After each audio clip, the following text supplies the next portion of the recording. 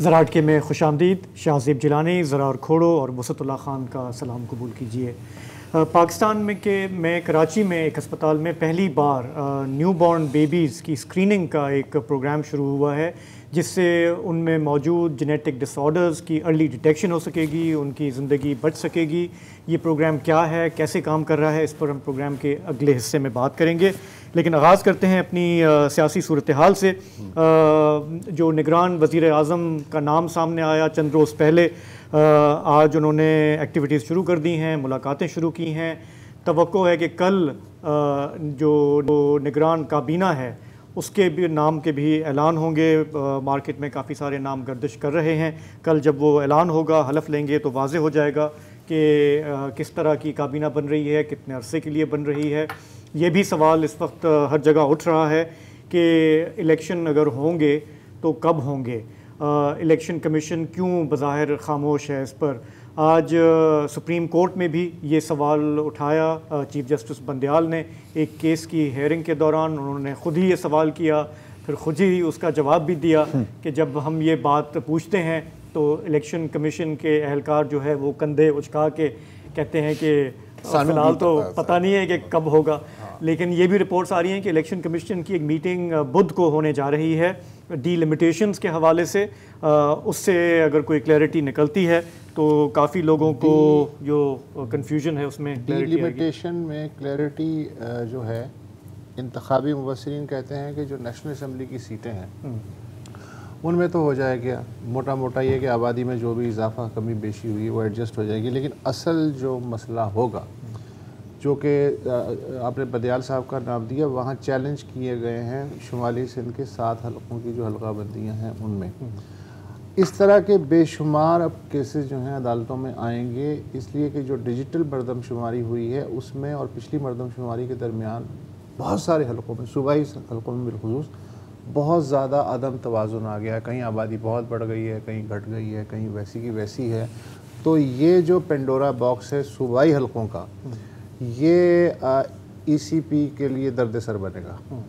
और हम जानते हैं माजी में भी जब भी हल्का बंदियाँ होती हैं, ये एक अक्सर इल्ज़ामात लगते हैं कि पॉलिटिकल एक्सरसाइज है, जेरी मेंडरिंग होती है, उसमें और एतराज़ात आते हैं, अपीलें होती हैं, उसका एक प्रोसेस है जस्टिस बंदयाल जो बहुत लंबा खींच सकता है। जस्टिस बंदयाल ने ये कहा है कि जो सिंध है वो खासा सेंसिटिव है इस मामले में, लिहाजा वहाँ इलेक्शन कमीशन यकीनी बनाए कि शफाफ अंदाज में हल्का बंदियाँ। ये उनके बिल्कुल बेचारी इलेक्शन कमीशन। हाँ तो हाँ नहीं मतलब तो नहीं इतना बेचारा भी नहीं है। आज उसने जो गाइडलाइंस जारी की हैं वो खासी इनकलाबी निगरान हुकूमत के हवाले से कि उन्हें क्या कर सकते हैं, क्या नहीं कर सकते। पूरी एक गाइडलाइंस इलेक्शन कमीशन ने जारी की हैं। लेकिन मैं ये कहूँगा कि कल भी हम बात कर रहे थे कि जिस तरह का सरप्राइज़ नाम सामने आया निगरान वज़ीर आज़म का, उसके बाद से ये जो हमारी मेन जमातें हैं जिन्होंने हुकूमत की 15-16 महीने, वो अभी तक एक शॉक में नज़र आ रही हैं। काफ़ी लोगों ने ये बात नोट की कि जब ये हलफ बर्दारी की तकरीब भी हुई परसों, मेरे ख्याल इतवार नहीं कल हुई, जब 14 अगस्त को, तो उसमें जो सेंट्रल लीडरशिप है पीपल्स पार्टी की और नवाज़ लीग की वो नहीं थी। प्राइम मिनिस्टर तो थे, ऑफ कोर्स उनको वहाँ होना था, उनके दीगर लीडर्स भी थे, लेकिन अभी तक कोई कमेंट भी नहीं आया है इस सरप्राइज़ नॉमिनेशन के हवाले से, सिलेक्शन के हवाले से। जब अगर आप एक लोहे का कांटा लें और उसको आप एक लाइव प्लग में डाल दें तो फिर आपको शौक नहीं होना चाहिए कि मुझे शौक लगा है, राइट? तो ये जो नहीं, I think you should expect. ये वैसे ही सरप्राइज बर्थडे पार्टी जिसकी इनविटेशन आपने खुद ही भेजी है ना यार, तो फिर ना शौक है ना। तुम लोग जाहिर है शिकार का तजुर्बा है, मुझे तो नहीं है। डेजर्ट में इधर उधर मैं भी नहीं करता वहाँ क्या उसके मैंने ये सुना है कि जो हिरन होता है अगर उसकी आंखों में हेडलाइट डाल दी जाए तो वहीं फ्रीज हो जाता है। डेयर इन हेडलाइट्स ऐसा है, एक मुहावरा ऐसा है। अच्छा, मुझे ये एनालॉजी यहाँ पे याद आ रही है कि जब अनाउंसमेंट हुआ तो एक ऐसी हेडलाइट थी कि हर बंदा फ्रीज हो गया, समझ में नहीं आ रहा था। अब ऊपर से तलवार लटकी हुई थी कि जी 3 दिन है, 3 दिन में अगर फैसला नहीं होना तो फिर फैसला कहीं और यही होता, लेकिन अच्छा था कि आपने फैसला कर लिया। अब मसला ये है कि कुछ कार्ड्स होते हैं हर सियासी जमात के हाथ में। PDM, साबिक PDM की जो हुकूमत है उसके जो कार्ड्स हैं वो उनके पास अब क्या रह गए हैं। जितनी मतलब की कानून साजी थी, 100 से ज़ायद बिल, सेंचुरी, वो उनसे करवा ली गई। मज़ीद क्या रह गया है जो उनसे काम लेना है। इसका मुझे इसलिए अंदाज़ा होता है कि कुद्दूस बेजंजो साहब जो हैं वज़ीर आला, उन्होंने जरदारी साहब को कहा और उसमें एक दुख का इजहार किया कि वी आर वेरी सॉरी कि हमने पीपल्स पार्टी में शमूलियत का फैसला करना था लेकिन हम नहीं कर सके। ये जो लफ्ज़ सके है ना भाई, ये जो मजबूरी है। अच्छा, जो बलूचिस्तान अवामी पार्टी है बाप, उनके जो जाम कमाल खां ग्रुप है, उन्होंने निगरान वज़ीर आज़म से मुबैना तौर पर मुलाकात की और उसमें एक बात यह भी थी कि हमें नून को ज्वाइन करना चाहिए, सोच रहे थे बिल्कुल, या नहीं पीपल्स करना पार्टी चाहिए। के बाद उस तरफ जाने का। अच्छा, ये खबर कुछ चली, कुछ मिनट, उसके बाद ये खबर ऐसी की ऐसी गायब हो गई है। ख्वाजा आसिफ का इंटरव्यू जो उन्होंने उस पर आज शाहजेब खानज़ादा के साथ था वो कल उन्होंने दिया और उनसे कहा कि जी अब जो review of judgement Supreme Court का फैसला आया है उसके बाद आप नवाज़ शरीफ की वापसी के क्या प्रॉस्पेक्टस देखते हैं। तो उन्होंने कहा कि भाई बात यह है कि जब तक ज़ीरो थ्रेट भी है आईनी तौर पे अरेस्ट का, या सियासी तौर पे या कानूनी तौर पे मियाँ साहब तो नहीं आ रहे। अच्छा, ये एक अक्लमंदी की बात है। फिर उन्होंने एक इंटरप्रिटेशन की, उन्होंने कहा जी बात यह है कि मियाँ साहब को जो नाअहल करार दिया गया था वो उसकी तो 5 साल की मुद्दत पूरी हो चुकी है, तो अब उस क्लॉज के तहत, ये उन्होंने अपने तौर पे इंटरप्रेट कर लिया। हालांकि मेरी इत्तला के मुताबिक उस वक्त तक ये वाज़ेह नहीं था, शायद अब भी वाज़ेह नहीं है कि जो भी नाअहल होगा 5 साल के लिए होगा, वो ताहयात का था। शुरू में ताहयात था, अभी लॉ चेंज हो गया है। तो हाँ, तो फिर ख्वाजा आसिफ की दलील में वजन है। हाँ, ये बात तो लीगल एक्सपर्ट्स भी कह रहे हैं कि जो इलेक्शन लॉ में इन्होंने तरमीम की है तो वो जो डिस्क्वालिफिकेशन थी वो हो चुकी है, लेकिन अभी और केसेस बाकी हैं। अभी कन्विक्शन उनकी स्टैंड करती है, he will have to face courts and law. जो हम भी देख रहे हैं और जो ये नून लीग अभी जो कह रही है वो ये कह रही है कि जी मिड सितंबर क्या उन्होंने कहा है। वो क्यों कहा है कि ज़ाहिर है कि चीफ जस्टिस साहब जो है वो ये वाले रिटायर हो जाएंगे, दूसरे आएंगे, तो अब उनका ये कहना है कि जो एग्जिस्टिंग जो चीफ जस्टिस जिस तरह से ये लेके चले हैं पिछले 1-1.5 साल में, बल्कि उससे ज़्यादा भी, उधर हमें इंसाफ की तवक्को नहीं है। जो आइंदा आएंगे अगर वो इंसाफ के उसूलों के हिसाब से चलते हैं तो हमें तवक्को है कि कम से कम एक ड्यू प्रोसेस होगा और बायस कोर्ट नहीं होगी। मेरा ख्याल है बहुत ज़्यादा एक्सपेक्टेशंस नहीं बांधी हुई। ये जो हम इंडिविजुअल से करवा लेते हैं ना चीफ जस्टिस के साथ, हाँ, क्योंकि देखिए ये इनका तो पता है ना कि क्या है, नहीं, लेकिन जो आने वाले हैं उनसे आप उम्मीद ही बांध सकते हैं। उम्मीद ही बांध सकते हैं, लेकिन मेरा ख्याल है कि ये जो इनके जो मकासद हैं मतलब बहुत ज़्यादा उम्मीद बांधनी भी नहीं चाहिए, क्योंकि देखिए अब उनके साथ जो हुआ वो जो प्रेसिडेंशियल रेफरेंस वगैरह वगैरह, जाहिर है एक इंसान के तौर पर बंदा कह सकता है कि कुछ, हाँ, लेकिन जब वो कुर्सी पे बैठेंगे तो फिर वो चीफ जस्टिस तो फिर वो चीफ एग्जैक्टली यूजी तो उसमें ये जो होता है ना कि अच्छा, ये हमने मतलब ऐसा नहीं है कि हमने पहली बार ये चीज़ देखेंगे, ये हमने कई बार ये चीज़ देखी। हम हर दफ़ा ये सियासतदान मार खाते हैं यार, है चीफ जेड़ा आ रहा ना साडा बंदा या साडा बंदा। अच्छा, कोई भी चीफ हो जस्टिस। अच्छा, उसके बाद वो एक एक्सपेक्ट करते हैं, एक अपना एक बना लेते हैं किंगडम ऑफ थॉट्स कि उसमें ये करेगा, हम ये करेंगे तो वो करेंगे, लेकिन जब वो बर्तन टूटता है ख्वाबों का तो उसके बाद वो कहते हैं ये तो ऐसा निकला है, फिर लगता है, पता लगता है हालांकि कसूर उसका नहीं होता, ख्याली पुलाव से तो पेट नहीं भरता बॉस। लेकिन जब इस तरह की तब्दीलियां आती हैं टॉप लेवल पे तो आपको ये तो पता होता है कि जो एग्जिस्टिंग जो ऑक्यूपायर है चेयर का वो मेरे खिलाफ रहा है, रहेगा। तब्दीली के बाद आपको एक ओपनिंग मिलती है कि जी के हो सकता है कि प्रोसेस शायद जो है बेहतर चले। नहीं, देखिए ना, बहुत प्रैक्टिकल सी बात है कि अभी जब तक वो रिटायरमेंट नहीं होती है सितंबर वाली, उससे पहले वापस आना, उससे आप क्या हासिल करेंगे? नहीं, ये तो मैं इसमें मैं आर्ग्यू नहीं कर रहा। 2018 में भी तो वापस आए थे ना, इस पे मैं आर्ग्यू नहीं कर रहा। ये आपकी बात, जेल चले गए थे। नहीं, यहाँ तक देखो, अगर कुछ आपने एक टाइमलाइन लगानी है तो बिल्कुल, मतलब देखो दुनिया उम्मीद पर ही कायम है। मुझे एक बात बताई जाए, भी दुनिया उम्मीद पर ही कायम है। एक बात बताई, लेकिन मैं नहीं ख्याल के मुझे एक बात बताएं, मियाँ साहब को 3 टेन्योर मिले, किसी एक चीफ जस्टिस का नाम बताएं जिससे उनकी बनी हो। या किसी एक चीफ ऑफ आर्मी स्टाफ से बता दें जिनसे उनकी बनी हो। जरदारी साहब जो हैं वो उनका जो टेन्योर है उनके मिजाज के ख़िलाफ़ भी चीफ जस्टिस आए होंगे, सर्विस चीफ्स आए होंगे, लेकिन उनके बारे में ये तासुर नहीं है कि उन्होंने कहा कि साडा बंदा है, साडा बंदा नहीं है, वो अलग से आराम से सफाई से खेलें। तो ये पर्सन टू पर्सन मिजाज की बात भी होती है। सोच में बहुत फ़र्क है बॉस। मैं इसमें एक तस्हीह करना चाहूँगा। ये जो बात होती है कि जी किसी एक चीफ से भी नहीं बनी, तो हमें ये फैक्ट रिकग्नाइज करना चाहिए कि किसी एक चीफ की भी किसी प्राइम मिनिस्टर से नहीं बनी। फेयर इनफ, बिल्कुल बिल्कुल। ये सारा ब्लेम हम एक बंदे के ऊपर नहीं डाल सकते। जो हमारे सिस्टम की खराबियां हैं बिल्कुल वो तो है। मैं आपकी बिल्कुल बात एंडोर्स करता हूं, लेकिन मैं ये कह रहा था कि जो कौन सा सियासतदान अकोमोडेटिंग होता है जितना भी उसे जगह मिलती है उसमें, और कौन सा अकोमोडेटिंग नहीं होता, ये तो लाजमी बात है कि इस पूरे सिस्टम में सियासतदान को ही अकोमोडेट करना पड़ेगा। दूसरा नहीं करेगा। ये भी जो हम देखें ना, सिस्टम इज रिग्ड। अब हम इसमें आते हैं दो राय कि जैसे ये जो निगरान की हुई तैनाती, ठीक है, और नजर आ रहा है कि अंदर बहुत बेचैनी होगी कि ये नाम कैसे आया, कहाँ से आया, रातों रात आया, लेकिन अब आप उसको अपोज भी नहीं कर सकते क्योंकि आपने इलेक्शन में जाना है और आपने पता है कि अगले 9 महीने या 1 साल या 3 साल तक ये इंचार्ज है, तो आपने वेलकम भी नहीं कर सकते, आप उसकी मजम्मत भी नहीं कर सकते। तो आप क्या करेंगे? खामोशी इख्तियार करेंगे। खामोशी इख्तियार करेंगे तो मैं ही यहाँ पे सवाल उठाऊंगा कि यार 3 दिन हो गए, खामोशी है, ना कोई ट्वीट है ना कुछ है, क्यों, ऐसा क्या है?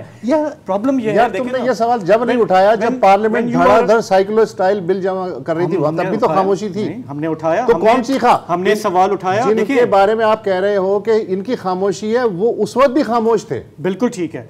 तो ये अपनी मजबूरियों के तहत जो ये काम कर रहे होते हैं, ये समझ के देखें ना, हमारे सामने इस हमारी पॉलिटिकल लीडरशिप में 2 अप्रोचेस हैं। एक तो ये कि मैं लड़ के अपना स्पेस क्लेम करूंगा। जब किसी ने ये किया है तो क्या जेल गए हैं, जलावतन हुए हैं, हुकूमत से निकले हैं। दूसरी प्रैग्मेटिक ये एक अंडरस्टैंडिंग है कि यार जो भी मुझ पे सितम हो रहा है, मुझे उफ नहीं करनी है, मुझे सहना है कि शायद मुझे जो मार रहा है, कूट रहा है, वो उसको रहम आ जाए कि यार ये जैसा भी इसको मैं इतना मारता हूँ लेकिन ये चीखता भी नहीं है, कितना शरीफ इंसान है, ये कुछ लड़ता भी नहीं है। अच्छा, ऐसी इस सिचुएशन में भी, और हम ये करते हैं और ये हम करेंगे, हम इन्हीं को कोसते हैं कि भाई सरेंडर क्यों कर रहे हो, स्पेस क्यों दे रहे हो, कल तुम खुद ही भुगतोगे सारे मामले को, क्योंकि हम अगले को तो कुछ नहीं कह सकते। आखिर में और इसके साथ साथ सॉरी एक और चीज, जब हम ये कह भी रहे होते हैं ना कि सरेंडर क्यों करते हो, स्पेस क्यों देते हो, उस वक्त हम भी सरेंडर कर रहे होते हैं, हम भी स्पेस। अच्छा, आखिर में लेट्स आल्सो एक्नॉलेज। जी आप जितनी मर्जी बहस करो, रोज करते हैं, ये नहीं जा सकता, वो नहीं जा सकता, उसका नाम नहीं ले सकते, लेकिन शो पे बैठना है, रहना है, तो उसको फॉलो भी तो करना है। जितनी मर्जी बहस कर लें, आखिर में आपको इन्हीं सियासतदानों की तरफ जाना होगा और आखिर में आपको उसी एस्टेब्लिशमेंट की तरफ जाना होगा। हाँ, बस मेरे सिर्फ इतना कहना होता है, कोई चारा नहीं है। This is our right to criticise this political leadership every time they let us down, लेकिन हमें जो ब्लेम है वो प्रोपोर्शनली रखना है, क्योंकि जब हम सारा इधर कर देंगे ना, तो एक्चुअली इसका बड़ा एक आसान हल है मेरे पास। पॉलिटिशियंस को जो हम क्रिटिसाइज करते हैं वो हम ऑन एयर कर लेते हैं, और जिन और को क्रिटिसाइज करना वो ऑफ एयर कर वो हम अभी ब्रेक में करेंगे, वक्फा ले लेते हैं ताकि हम क्रिटिसाइज कर सकें।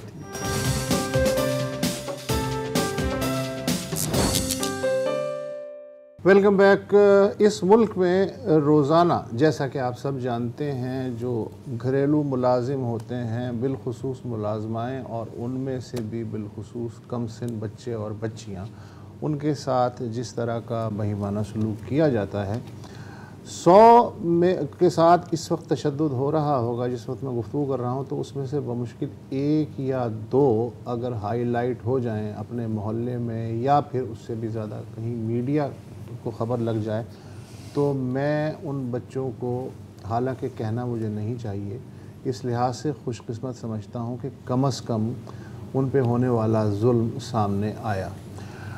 लेकिन मुसीबत यह है कि मीडिया को चूँकि हर रोज़ एक नई ख़बर चाहिए, और मीडिया वो देव है कि जिसका पेट रोज़ाना खाली हो जाता है और रोज़ाना उसे भरना पड़ता है। तो जैसे ही कैमरे की आँख जो है डीफोकस होती है इस तरह के मसाइल से, चीज़ें वहीं की वहीं नॉर्मल होने लगती हैं। हम माजी में भी ऐसे बच्चों का जो है ज़िक्र करते रहे हैं, लेकिन फिर नए केसेस सामने आ जाते हैं। क़वानीन का ज़िक्र करते रहते हैं कि इस कानून के तहत ये सज़ा मिलेगी और ऐसा नहीं होगा, लेकिन उन क़वानीन का ये हम हर दफ़ा हर नए केस के साथ हवाला देते हैं। पिछले माह का जो ताज़ा केस जिस पे मीडिया का ख़ासा फोकस रहा, वो जो रिजवाना बच्ची थी इस्लामाबाद में एक सिविल जज के घर में काम कर रही थी, आपको अंदाज़ा है कि मीडिया ने कुछ दिन उस पर तफसीलन हाईलाइट किया। वो हाईलाइट इसलिए किया कि उसकी जो हालत थी वो बहुत नाजुक हो गई थी और उस बच्ची को कराची लाहौर के एक हॉस्पिटल में ICU में रहना पड़ा था, और हम तक दुआ कर रहे थे कि काश इस बच्ची की जान बच जाए। अच्छी खबर यह है कि उस बच्ची की हालत बतदरीज बेहतर बताई जा रही है और उसके चेहरे की जो चेहरा बिगाड़ दिया गया था तशद्दुद से, उसकी प्लास्टिक सर्जरी का पहला मरहला मुकम्मल हो गया है और अभी डॉक्टरों का कहना है कि 2 या 3 मरहले और बाकी हैं। मीनवाइल सिविल जज साहिबा की जो अहलिया जो कि प्राइम अक्यूज़्ड हैं, वो इस वक्त जुडिशल रिमांड पे जेल में हैं और कहा यह जा रहा है कि 22 अगस्त को इस मुकदमे की इस्लामाबाद में समाअत होगी। लेकिन हमारा इस वक्त बच्ची पे फोकस है कि उसकी हालत के बारे में मालूम करें, और नामा निगार नोमान लियाकत लाहौर में मौजूद हैं। नान, अब आपको मैं माइक देता हूं, आप बताएं क्या हालात हैं वहाँ पे। जी देखें, जब इस बच्ची को अस्पताल में लाया गया था तो इसकी कंडीशन काफ़ी क्रिटिकल थी, तो पूरी तौर पर ICU में लिया गया। जो मेडिकल बोर्ड आया गया उन बताया गया कि हुआ है कि इसके सर के अंदर जो जख्म है वो बन चुके हैं और इनके अंदर कीड़े जो है वो चलना हो चुके थे। सबसे पहले मरहले के अंदर तो जो मेडिकल बोर्ड बनाया गया, इनकी जानिब से इसके सर की सफाई की गई। उसके बाद इसे ICU में शिफ्ट कर दिया गया और ICU के अंदर जो इसकी कंडीशन थी वो लम्हा ब लम्हा बदलती रही, कभी बेहतरी की तरफ आई और कभी जो है इसकी हालत काफी नाजुक बताई जाती रही। और एक वक्त तो ऐसा भी आया कि जब मेडिकल है प्रोफेसर जोसेफ सिंह, इनसे जब मेरी बात हुई तो बच्ची की जो काफी क्रिटिकल है और ये तो वेंटिलेटर पर मुंतकिल कर दें, लेकिन क्योंकि ऐसा नहीं हुआ, जो मेडिसिन दी जा रही थी उसी के जरिए फिर देखा कि बच्ची की हालत में जो है वो बेहतरी आना शुरू हुई। इसको सेप्सिस की बीमारी हुई थी, इसके अंदर जो ब्लड था वो बहुत ज्यादा इन्फेक्शन आ गया था, जिसकी वजह से वो बहुत ज्यादा मुतासिर कर रहा था। तो फिर हमने देखा कि जो डॉक्टर ने जाने से जो बेहतर ट्रीटमेंट था दिया, या निगरान वज़ीर पंजाब का भी बड़ा फोकस रहा, उन्होंने भी विजिट किए, फिर निगरान वज़ीर सेहत भी वहां पर विजिट करते रहे और लम्हा जो बच्ची है इसकी हालत से मुतल्लिक जानते रहे। तो अब अच्छी खबर ये सामने आई है कि डॉक्टर्स की जानिब से बताया गया है कि अब इसकी जो हालत है वो है और एक प्राइवेट है जो इस बच्ची को किया गया है और प्राइवेट के अंदर इसका है पैसे से वो प्लास्टिक ये बहुत जरूरी काम और फिर 12 लोग अंदर मजीद जो प्लास्टिक को ऐड कर लिया गया। और अब इस वक्त के प्लास्टिक तमाम तर मामला जो है देखते हैं, पहले मरहले का जो बाकायदा आगाज किया गया है, इसमें जो हालांकि जख्म है की सफाई की जा रही है। और जो आज की बात हुई मेडिकल बोर्ड के सरबराह से, तो उन्होंने बताया कि हम पहले मरहले में इसके जख्म साफ करेंगे, एकदम से नहीं कर सकते, जो पट्टियां तो सर के अंदर की नजर आती है, इसलिए पहले हम जख्म को करेंगे कि ये प्रोड्यूसर साहब लाइन बहुत ही खराब आ रही है, अगर आप उन्हें फोन पे ले लें इस दौरान तो आई विल बी ग्रेटफुल। अच्छा, में जो केस चल रहा है उसके बारे में भी कुछ मेरे ख्याल है मालूमात आपने ली थी। हाँ, कि वो 22 अगस्त तक जो है जुडिशल रिमांड है। वो जो कोर्ट ने पहले जिस्मानी रिमांड की डिमांड की थी पुलिस ने, तो वो तो रिजेक्ट कर दिया था। उसके बाद जुडिशल रिमांड पे भेज दिया।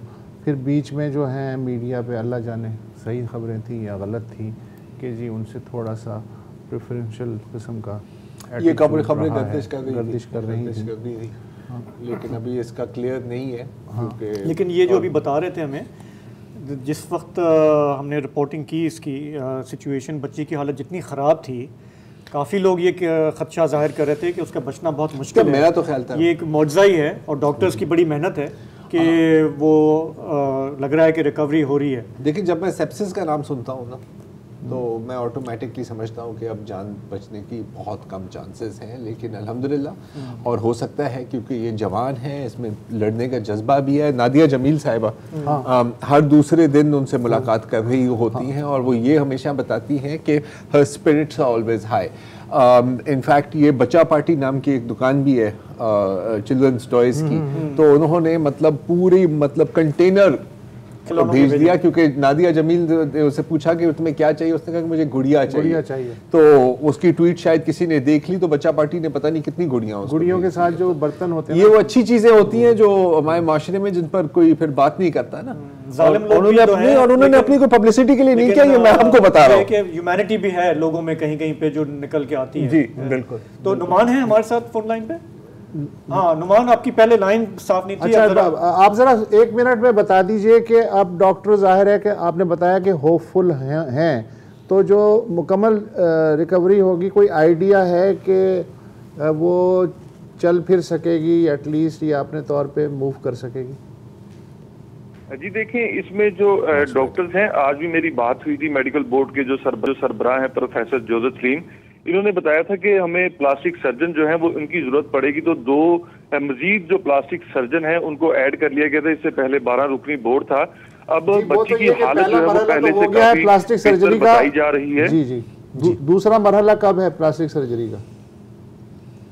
उनकी जो मेडिकल बोर्ड है, इनकी जानिब से ये बताया है हमें कि इसके इस जख्मों की सफाई का अमल शुरू कर दिया गया है। तकरीबन 1 से 1.5 हफ्ते के अंदर इसकी जो सर्जरी है, प्लास्टिक सर्जरी, इसका आगाज कर दिया जाएगा और ये 3 मुख्तलिफ मराहिल में इसकी सर्जरी की जाएगी, क्योंकि एकदम से सर्जरी करेंगे तो बच्चे को नुकसान पहुंच सकता है। इसलिए ये फैसला किया गया है कि पहले मरहले में जो सर्जरी का बाकायदा आगाज होगा वो तकरीबन 1 से 1.5 हफ्ते में है। चूंकि अच्छी खबर एक ये भी सामने आई है कि अब बच्ची ने हल्की गजा लेना भी शुरू कर दी है, अब वो अपनी बातें भी कर रही है। चूंकि इसके ऊपर पहले बहुत ज्यादा स्ट्रेस था तो वो किसी से बात भी नहीं करती थी, लेकिन अब सूरत हाल काफी बेहतर हुई है। आपकी आ गई, बहुत बहुत शुक्रिया, गुड न्यूज। हम यहाँ पे ब्रेक लेना है, वापस आते हैं तो फिर हम बात करेंगे एक पीडियाट्रिक एक्सपर्ट से कि किस तरह से यहाँ पे जेनेटिक डिसऑर्डर्स जो हैं वो आइडेंटिफाई हो रहे हैं, बच्चों की ज़िंदगियाँ बचाई जा रही हैं।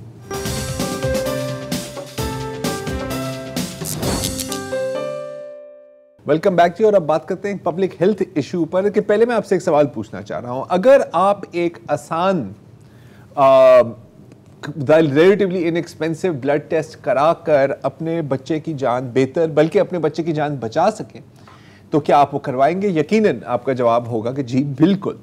अच्छा, दुनिया भर में तरक्की याफ्ता ममालिक और नीम तरक्की याफ्ता ममालिक, अगर ऐसी कोई चीज़ है, में जब बच्चा पैदा होता है तो पहले 5 दिनों में एक टेस्ट कराया जाता है, एक ब्लड टेस्ट जिसको कहते हैं हील टेस्ट। यहाँ बच्चे की एड़ी से खून निकाला जाता है और फिर उसकी एनालिसिस होता है। अच्छा, इस एनालिसिस से आपको पता लगता है कि क्या ये बच्चा एट रिस्क है इनहेरिटेड बीमारियों से। इनहेरिटेड बीमारियों से मेरी मुराद है जो वालिदैन से मिलती हैं या फिर फैमिली में जो रन करती हैं, या फिर कुछ जेनेटिक डिसऑर्डर्स की भी शनाख्त हो जाती है। और आपको जैसे हमें बताने की ज़रूरत नहीं है कि अगर जितनी जल्दी शनाख्त हो तो उतनी जल्दी ही ट्रीटमेंट या मैनेजमेंट हो सकती है, इन केस कि वो कंडीशन लाइलाज हो। लाइलाज बहुत चीज़ें होती हैं, डायबिटीज़ भी लाइलाज है फॉर एग्जांपल, लेकिन उसकी मैनेजमेंट और ट्रीटमेंट मुश्किल होती है, मुमकिन होती है, और बहुत और अडल्ट इलनेसेस में भी आप ये कह सकते हैं। अब एक खुशखबरी आप सबके लिए और हम सब के लिए ये है कि बिल आखिर ये फैसिलिटी पाकिस्तान में भी दस्तयाब हुई है। पहले ऐसी कोई फैसिलिटी हमारे यहाँ नहीं थी। आगा खान यूनिवर्सिटी हॉस्पिटल में ये अब फैसिलिटी आप इसको आप अवेल कर सकते हैं। आपके जो न्यू बॉर्न बेबीज़ हैं उनका एक हील ब्लड टेस्ट कराई जा सकता है, और अभी तक ये सिर्फ कराची तक महदूद है, लेकिन AKU के प्लान्स हैं कि मुल्क भर में भी ये फैसिलिटी फराहम की जाए। इस पर बात करने के लिए आज हमने दावत दी है डॉक्टर फायजा जहान को। आप स्पेशलिस्ट हैं, आगा खान यूनिवर्सिटी हॉस्पिटल की चेयर ऑफ पीडियाट्रिक्स हैं और बल्कि वर्ल्ड हेल्थ ऑर्गेनाइजेशन के एडवाइजरी बोर्ड पर भी है। Thank you so much for joining us doctor जहान। अब थोड़ा सा मैंने तो अपने एक एमेचरिश तरीके से समझाने की कोशिश की है कि क्या है, अगर आप थोड़ा सा हमें तफसील में बता सकें कि ये जो हील ब्लड टेस्ट है इससे किस किस्म की बीमारियों की शनाख्त की जा सकती है। शुक्रिया बहुत बहुत, आपने मुझे जो अपने शो पे इनवाइट किया। तो आगा खान यूनिवर्सिटी हॉस्पिटल ने माशाल्लाह से 14 अगस्त वाले दिन ही, हमारे यौम आज़ादी वाले दिन, ये टेस्ट लॉन्च किया है जिसको हम हील स्टिक टेस्ट कहते हैं।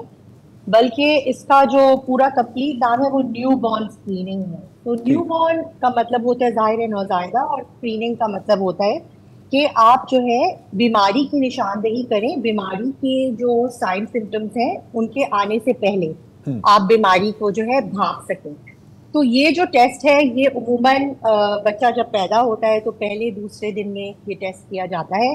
आगा खान ये टेस्ट पहले भी ऑफर कर रहा था, लेकिन उसमें सिर्फ 2 बीमारियां थी और वो रिलेटिवली कॉमन बीमारियां हैं। लेकिन बहुत सारी ऐसी बीमारियां हैं जिसमें कुछ बीमारियों की सूरत में तो खुदा न खास्ता मौत वाक़ई हो सकती है, और कुछ बीमारियों की सूरत में बच्चे को जिंदगी भर के लिए ज़हनी जिस्मानी माजूरी हो सकती है। तो ये जो डिसऑर्डर्स हैं ये उमूमन जो है जनरेशन टू जनरेशन जाते हैं और इनको हम इनहेरिटेड मेटाबॉलिक डिसऑर्डर्स कहते हैं।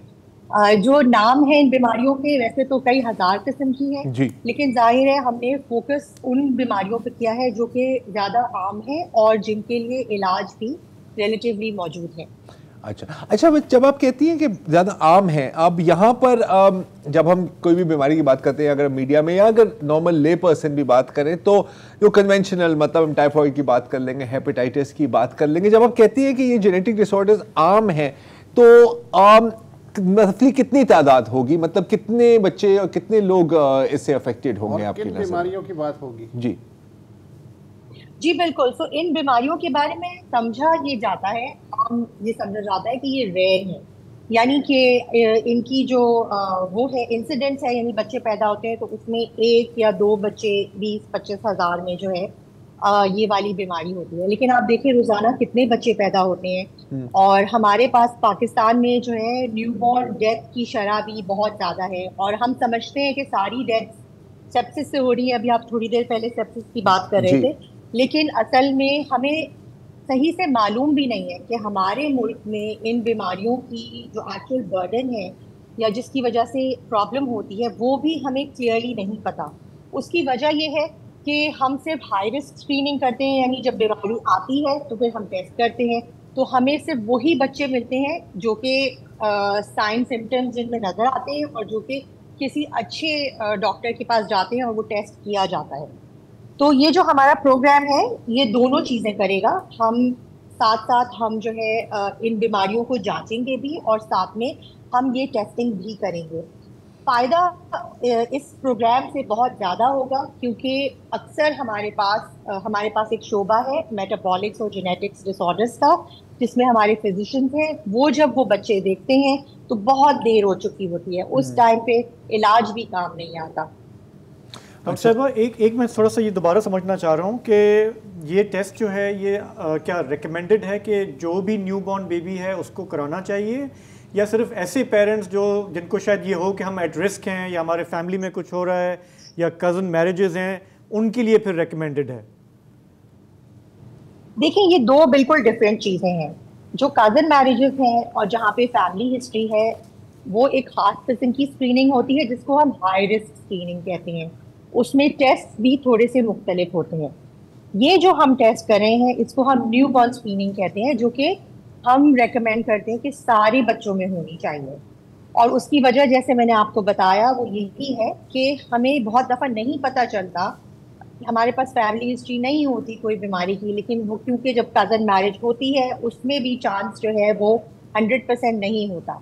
तो इसीलिए जो है हमें प्रोटेक्टिव प्रीएम्प्टिवली जो है हमें ये टेस्ट कराना चाहिए। अच्छा, और इसकी कॉस्ट है ना, सॉरी ये फ्री नहीं है ज़ाहिर है कि इसके अभी कुछ बताएंगे कि कितने पैसे लगते हैं अगर कराना चाहे कोई?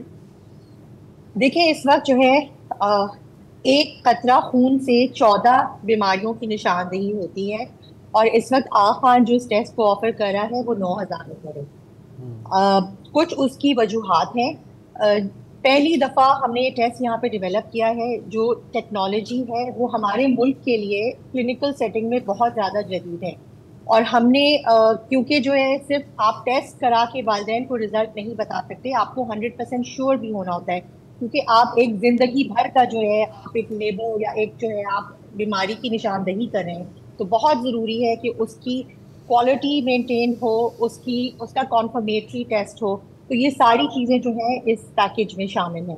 अच्छा डॉक्टर साहिबा, अब इसका प्रोसीजर क्या है? अगर लोग इस वक्त सुन रहे हैं और वो सोच रहे हैं कि शायद उनको इस तरह का टेस्ट कराना चाहिए, उनका कोई न्यू बॉर्न है या वो एक्सपेक्ट कर रहे हैं, तो इसका क्या प्रोसीजर है?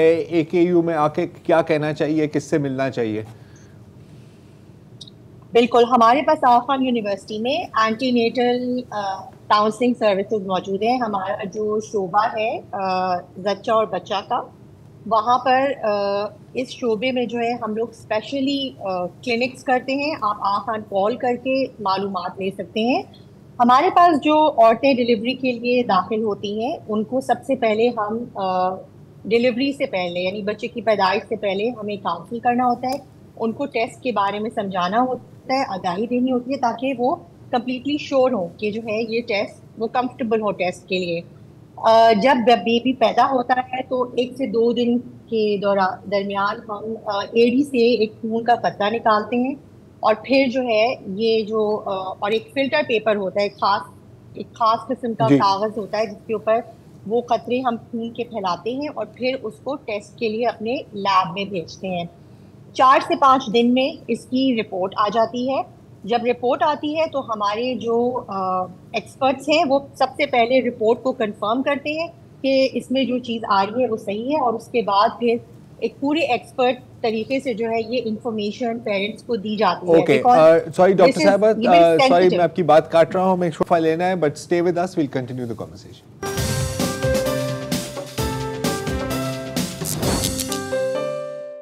Welcome back ji. हम बात कर रहे हैं डॉक्टर फायजा जहान से, head of paediatrics in AKU, जिन्होंने एक नया हील स्टिक टेस्ट लॉन्च किया है AKU में, जिसमें बच्चों में जेनेटिक डिसऑर्डर्स और इनहेरिटेड डिसऑर्डर्स की जल्दी शनाख्त की जा सकती है। अच्छा, इससे पहले कि मैं सवाल पूछूं, मैं बस एक बात करना चाह रहा हूं कि अगर आप सोच रहे हैं कि 9,000 रुपये बहुत ज़्यादा है और यकीनन बहुत लोगों के पहुंच से बाहर भी है, तो आप ये सोचें कि इस 9,000 रुपये खर्चने के बाद आप कितनी परेशानियों से बच भी सकते हैं। क्योंकि आपको याद होगा वसत कि इसी शो पर हमने फुरकान बिन इमरान, एक लड़का था जिसको एक बहुत ही रेयर डिसऑर्डर है पिक्नोडिस्टोसिस, अगर मेरे नाम है, जिसमें आपकी हड्डियां बारीक हो जाती हैं, उसकी डायग्नोसिस ही हुआ जब वो तकरीबन 19-20 साल का था। जब अब पहले भी शायद कुछ नहीं हो सकता था, लेकिन शायद उसकी ज़िंदगी थोड़ी सी ज़्यादा आसान हो जाती। Coming back to you doctor साहिबा, अभी तो correct me if I am wrong, ये जो फैसिलिटी है ये अभी कराची में अवेलेबल है, तो एक तो आप हमें बताते कि कराची में किन किन जगहों पर अभी अवेलेबल है। एक तो मेन AKU में मेरे ख्याल आप एक्सपैंड भी कर रहे हैं, और आपके अगर आपका प्रोग्राम चला और इंशाल्लाह कामयाब होगा तो पाकिस्तान के दूसरे शहरों और दूसरे इलाकों में ये कब तक ये फैसिलिटी अवेलेबल होगी? जी,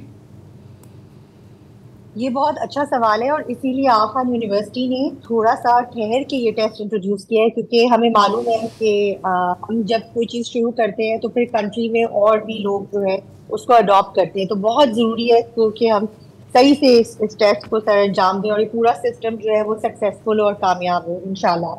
तो फिलहाल हम लोग मेन आखान यूनिवर्सिटी अस्पताल में इसको शुरू कर रहे हैं। इसके अलावा आखान के जो और हॉस्पिटल्स हैं, हम उनको सेकेंडरी केयर हॉस्पिटल्स कहते हैं, मगर वो हमारे जच्चा बच्चा के अस्पताल हैं। 3 हैं हमारे पास कराची में और 1 हैदराबाद में। तो हम इन सारी जगहों पे जो है इंशाल्लाह ताला हमने ये टेस्ट शुरू कर दिया है और अभी कंटिन्यूड है।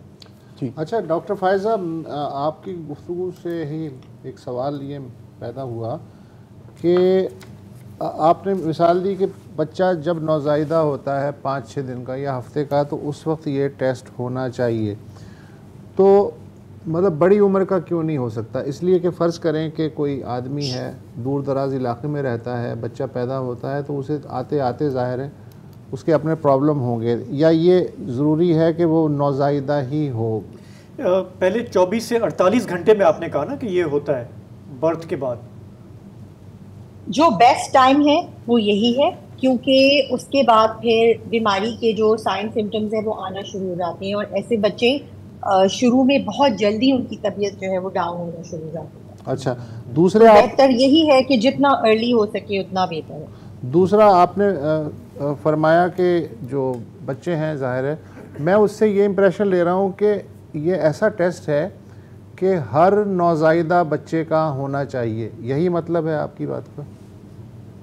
जी बिल्कुल, ये स्टैंडर्ड ऑफ केयर जिसको हम कहते हैं ना, कि जैसे आपने बताया था कि सारे जो हमारे डेवलप्ड कंट्रीज हैं उन हर जगह पे ये टेस्ट मौजूद है, तो हमारे बच्चे क्यों महरूम रहे ऐसी चीज से जो है एक स्टैंडर्ड समझी जाती है दुनिया में। अच्छा डॉक्टर साहब, आप जब आपसे दिन में मेरी बात हो रही थी तो आप कह रही थी कुछ, अगर मुझे सही याद है, कि ये टेस्ट पहले भी कंडक्ट होता था पाकिस्तान में, लेकिन हमारे पास शायद इसकी एनालिसिस और डायग्नोसिस की फैसिलिटी नहीं है।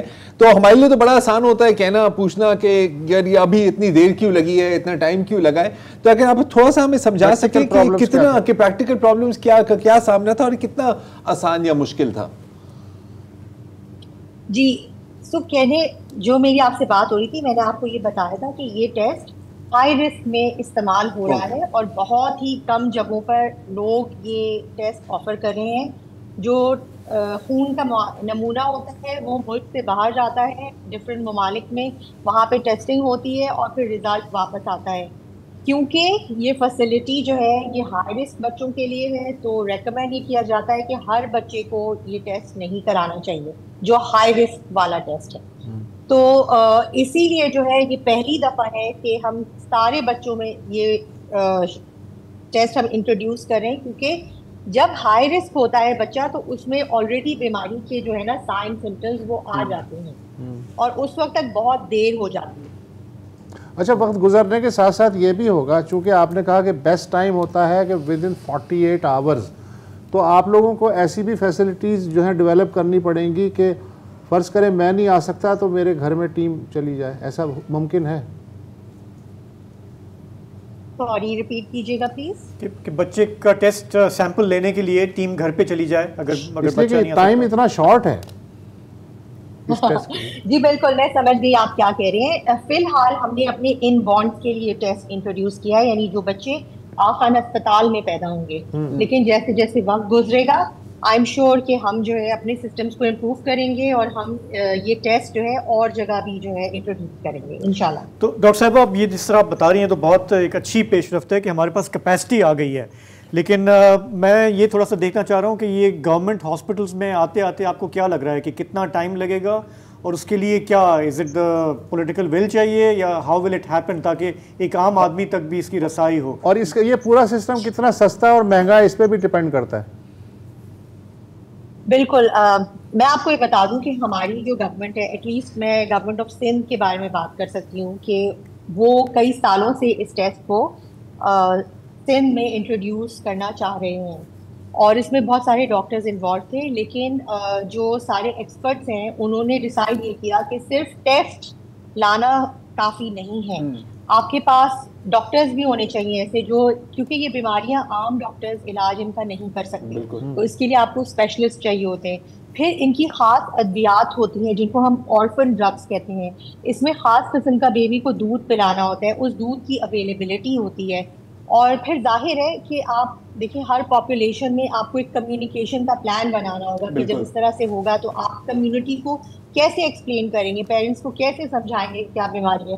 तो ये सारे स्टेप्स गवर्नमेंट को करने होंगे और मेरे ख्याल से पॉलिटिकल विल भी है और इंटरेस्ट भी है, और मैं काफ़ी होपफुल हूँ कि with in the course of a few years time जो है ये गवर्नमेंट हॉस्पिटल में टेस्ट भी इंट्रोड्यूस होगा।